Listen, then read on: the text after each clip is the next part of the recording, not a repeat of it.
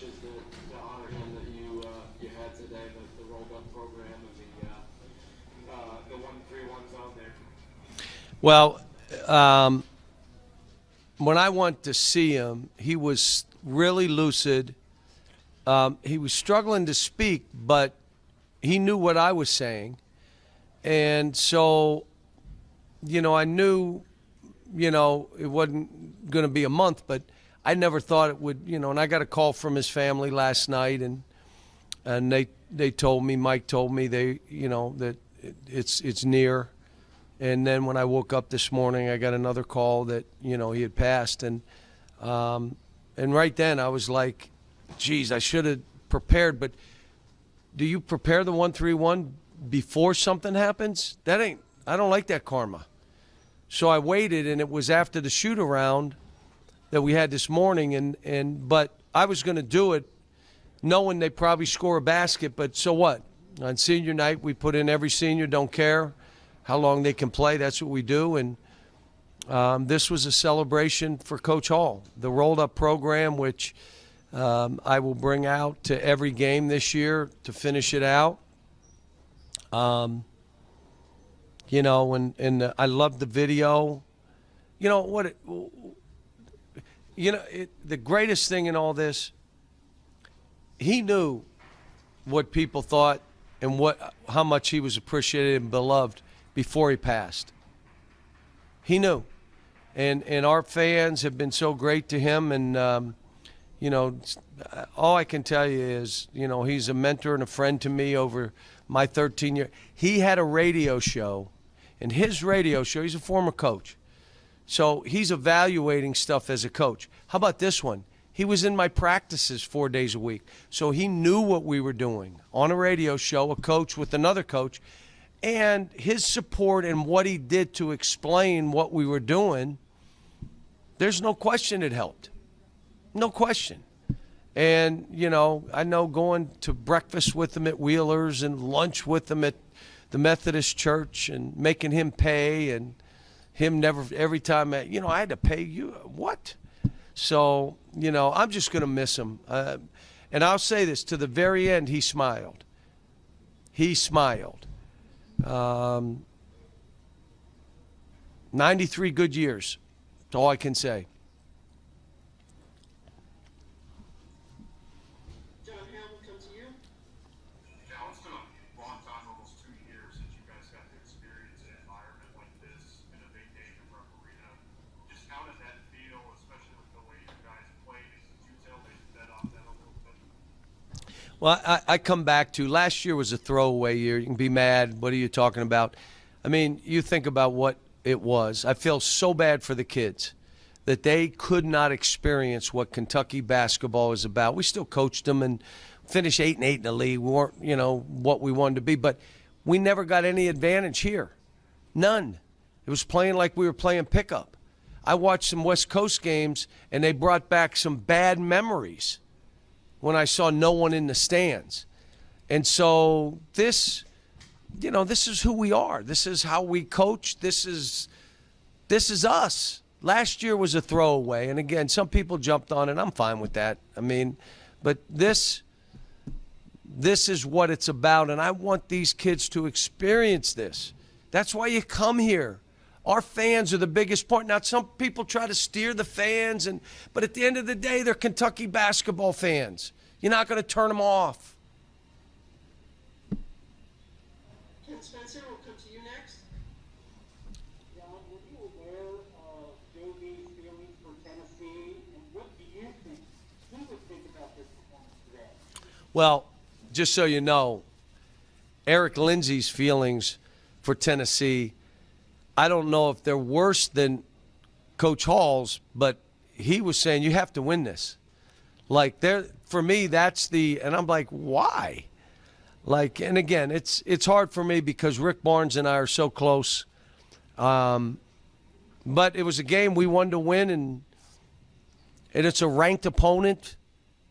Now it's okay, as you form your opinion, is it your opinion or your hope about what we are or what we're not? And so, this team, and I told them, we got a ways to go, but this was a step. And look, I thought Tennessee played well offensively. They did some good stuff. Scored a lot of points. Some of them at the end, but don't even take that. They still scored more than they had against other teams in our league. But we were so good offensively, passing it, extra plays. They stretched out their defense, and we're a driving, shoot floater kind of team. That's what we are. And it kind of worked in our favor.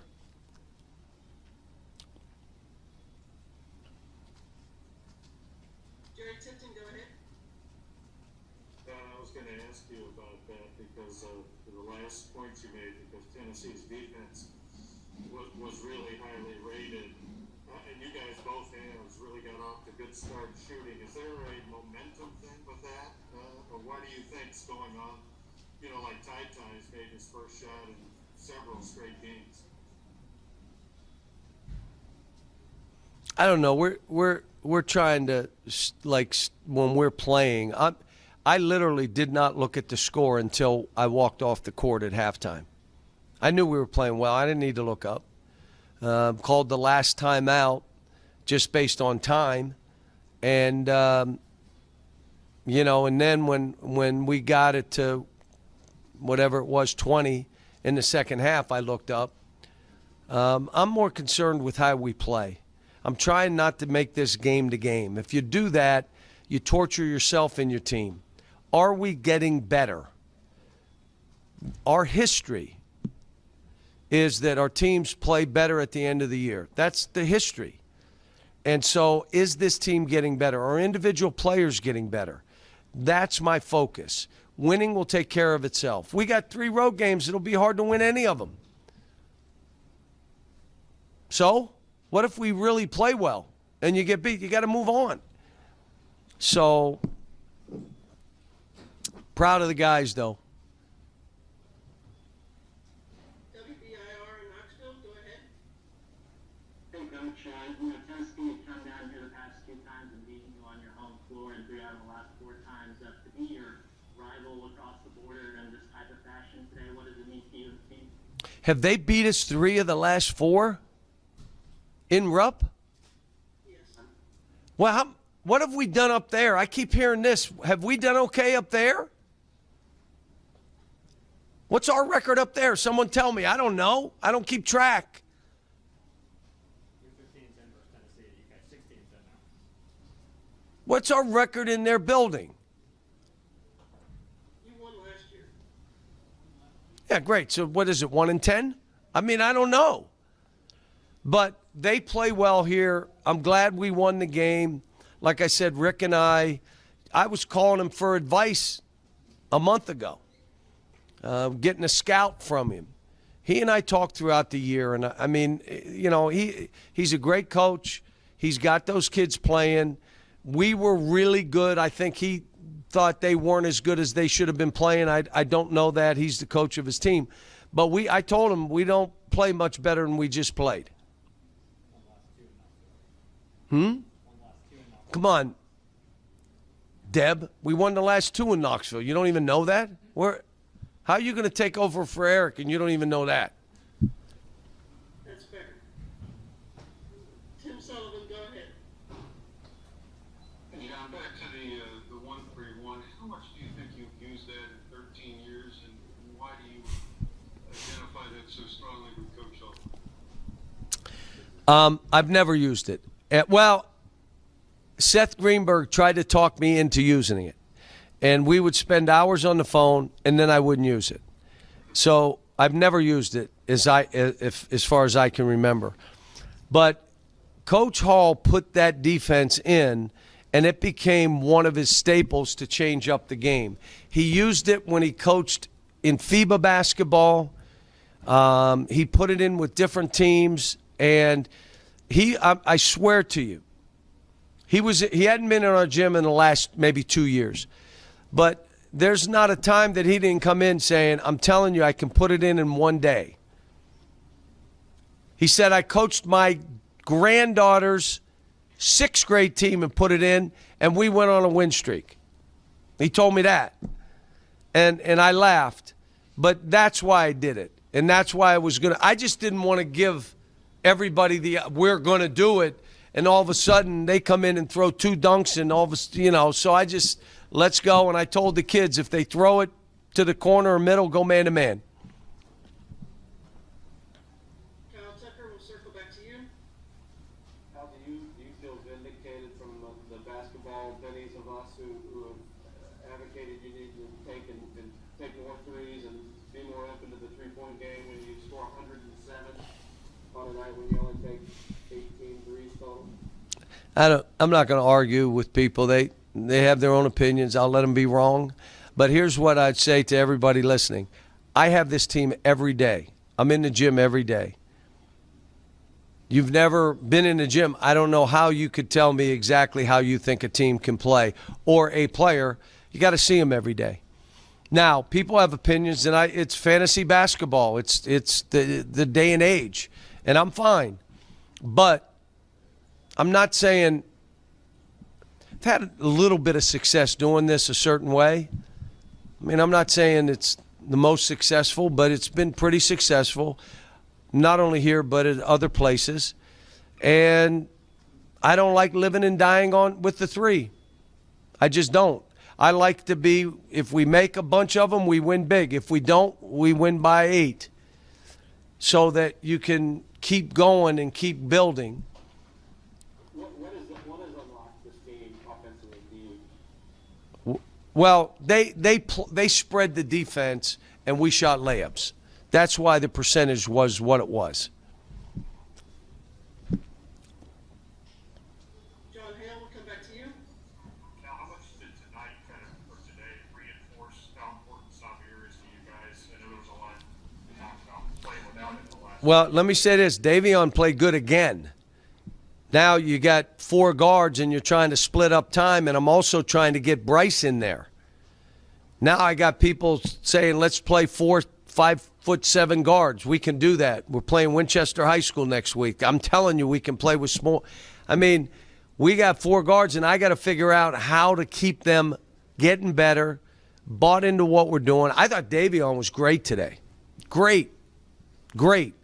I thought Xavier tried to do a little too much at times, but he's 8 for 10 from the shooting the ball. He shoots and makes shots, and you got to play him. We're a little different team. Down by Xavier Wheeler. Use the raise hand feature in the chat. Now we will begin questions with Xavier. Kyle Tucker, go ahead. So, what are you? Obviously, you're going to shoot 70% most games, but what are you guys even playing something like this offensively most nights? You were saying what exactly? I'm sorry. You was kind of going in and out, skipping. Sorry, just what are you? What can you guys be as a team if you can play something like this offensively most nights? I mean, I think if we play like this most nights, we're not going to be having too many more L's for the rest of the year. I mean, we shared the ball. We made shots. We played with pace.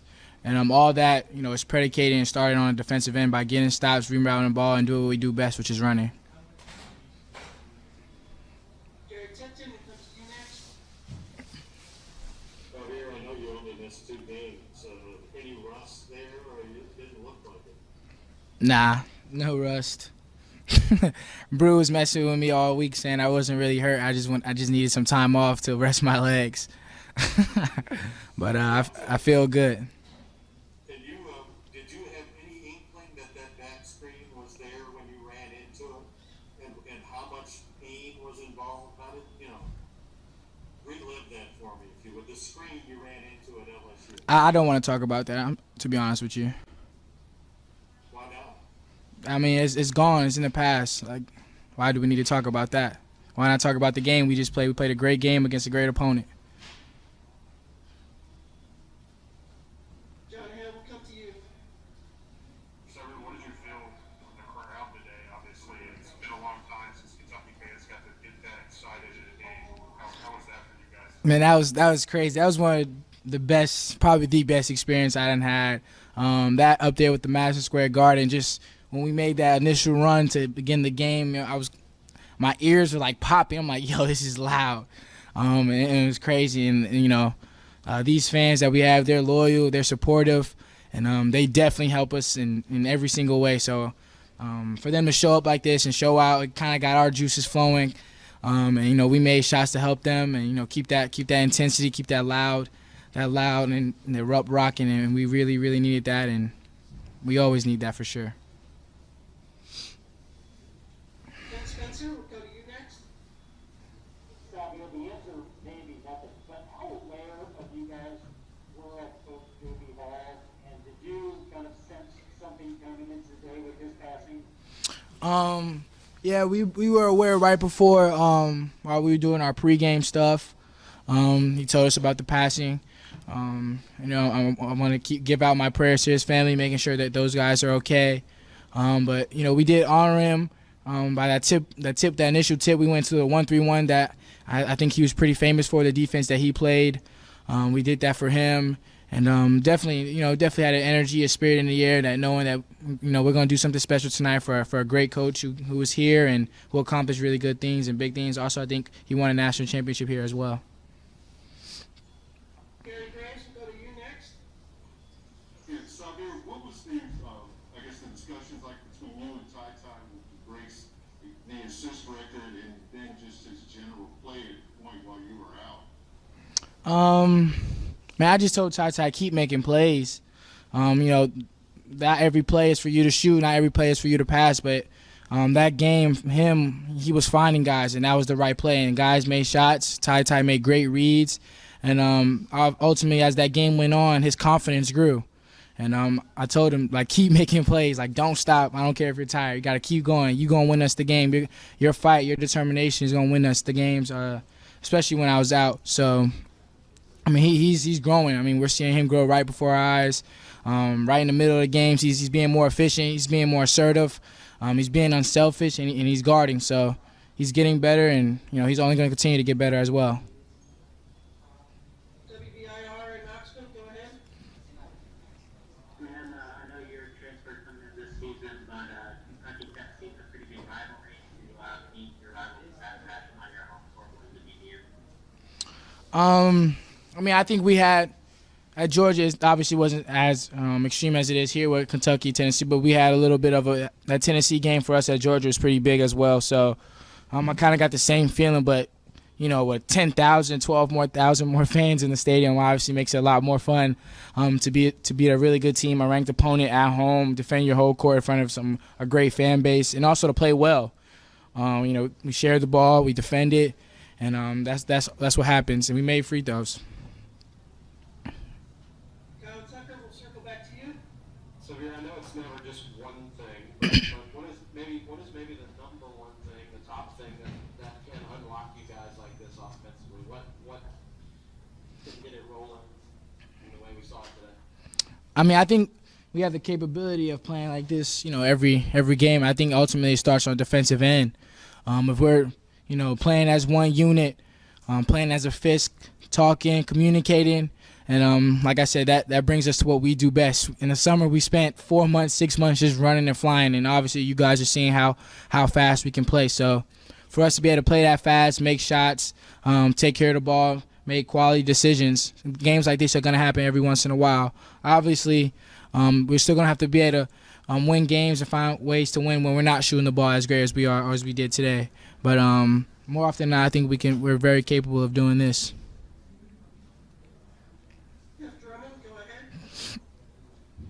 Samir, you guys were shooting close to 80% with about 10 minutes left in this game. Have you been associated with a team before at any level where it just felt like you couldn't miss?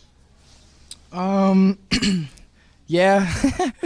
I think I kind of go back to the first time I won a state championship, my junior year of high school. We had some guys who could really shoot the ball. I had a really good friend of mine who's at Indiana. He's shooting 40% from three over there. Got a couple guys who played the Division II and also the lower Division I level. So this is definitely making shots at a higher level here. But that year had a similar feeling for sure. Spencer, go ahead. Xavier, before you went out, you had to pretty much run the show completely offensively. Those two games kind of allowed other guys to be able to step up and make plays. How much better do you Those guys gained a lot of confidence. They were given opportunities to own their performances, and they performed. I just came in just trying to do what I do, and keep everybody else confident and happy. When you got guys shooting the ball away, Ty, Davion, Kellen, Oscar playing a really big, Keon, everyone who's contributing.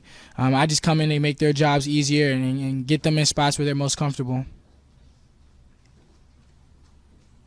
Gary Tipton, we'll come back to you. Yes, Xavier, you made it three. How'd that feel? And how good of a three-point shooter do you think you can be, in town? It was a big shot. It was during that run. We kind of, got that separation that we needed. Coach Cal always says just shoot balls. If you're open, shoot it, let it go, shoot the ball straight. He says when I shoot it straight, I can shoot with anyone, but when I don't shoot it straight, I'm not gonna make a lot. So I just got it, caught it where I caught the ball where it was, and just let it go. Didn't really put much thought into it. I think that's the biggest thing, knowing that I'm in the gym, repping it out. Not thinking about it in the game, just let it fly, knowing that, trust your training, as like Coach Cal likes to say. And everything will even out from there. And, long term, if you put enough work in, everything's going to be, it's going to be great. You don't wake up one day and you're really good at something. You got to keep working. It doesn't change overnight. I didn't become a good passer just by, playing basketball. I put a lot of time and effort into breaking down what the defense could do. And same thing with my ball handling. So all of it's going to take time, and, just stay confident, stay the course, and know that you can trust your training, know that you're putting in quality work. Everything's going to play out for itself. Kyle Tucker, finish us off. Does a team have to learn the knockout punch? How to, when you get a little gap, to make it a huge gap, but one that they can't come back from? And do you think you guys have kind of figured that one out? I think you do have to learn it a little bit, but I think part of it is us having veterans. We had an older team. We got guys who are locked in, who are bought into winning. And we got some young guys that want to win, and they're like sponges in practice. They want to learn. They're taking constructive criticism. We're holding each other accountable, and we want to compete. We want to win. So when you got that, Coach Cal also on us about finishing games. So at some point it's going to click for us. And this game for sure we knocked them out. And last game at Vanderbilt we got up. We didn't quite knock them out, but we guarded enough, made it a tough enough game defensively where we kind of kept that that lead at bay, that 28-point lead we had at Vanderbilt at bay. So we're getting there. We're getting better every game. We're watching film, and we're going to continue to get better. Thank you so much, Xavier. Thank you.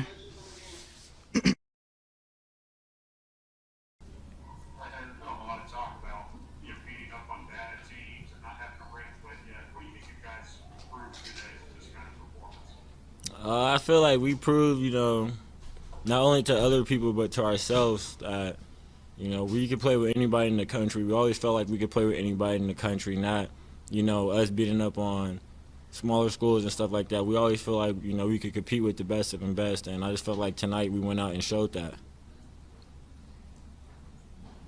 Kyle Tucker, come to you next.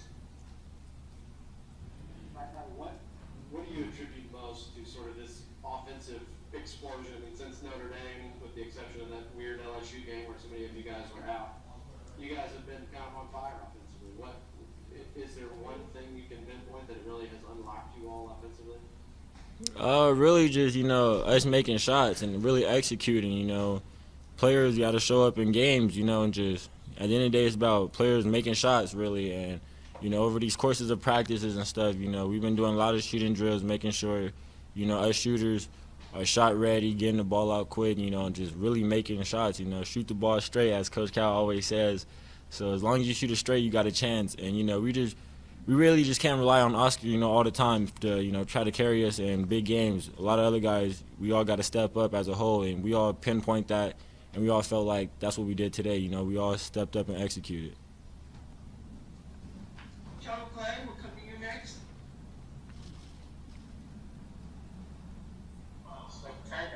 What did you think of the crowd, and how much do you think, especially at the beginning of the game, did you guys feed off that?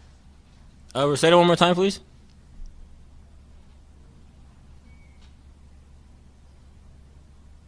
What do you think of the crowd? Oh. How much did you feed off of that, especially at the beginning of the game? You know, so like we come out, so like we go back to the locker room and come back about like 3 times. So like the first 2 times, you know, when we just warmed up, as people were coming in, we're like, you know, this is packed in, you know, normally than what we see. So it was just like you know, we already knew it was gonna be a really good game. Crowd was gonna be into it. And then the last time we came up to warm up, right before tip off, we just seen a lot of people, and I was just looking up to the very top, and I seen people up there standing, screaming. So, you know, the crowd, you know, they came in with a lot of intensity, and I just felt like we matched their intensity. They, you know, like, majority of the game, they were standing up, screaming. So, like, we could just feel how electrifying it was to not only myself, but to everybody on the team. You know, it just gives us a real confidence boost knowing that we got a fan base behind us that believes in us.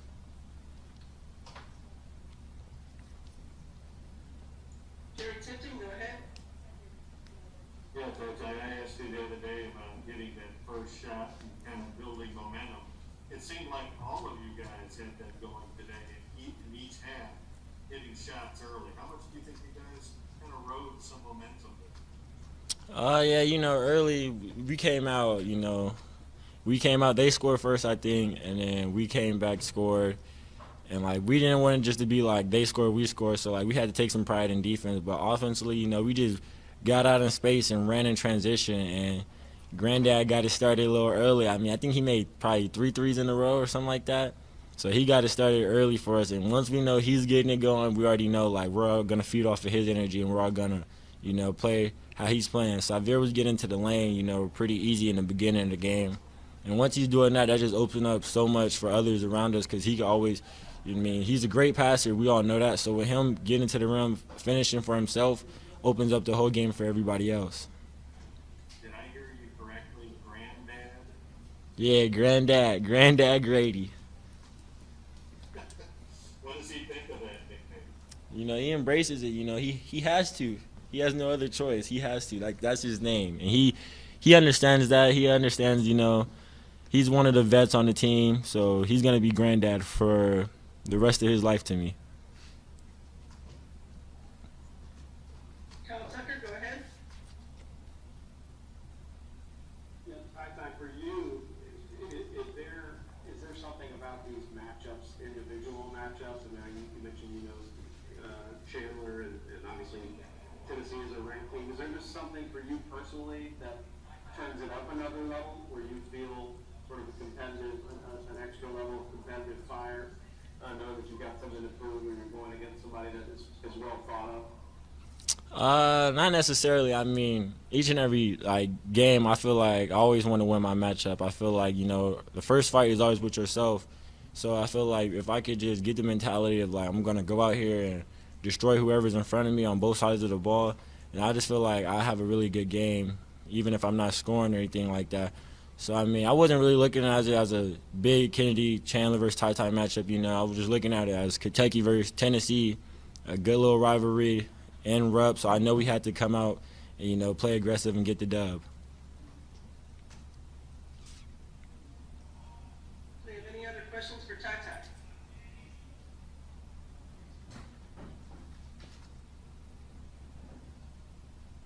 If not, we'll let Ty go at this time. Thanks so much and congratulations on the win. Thank you guys.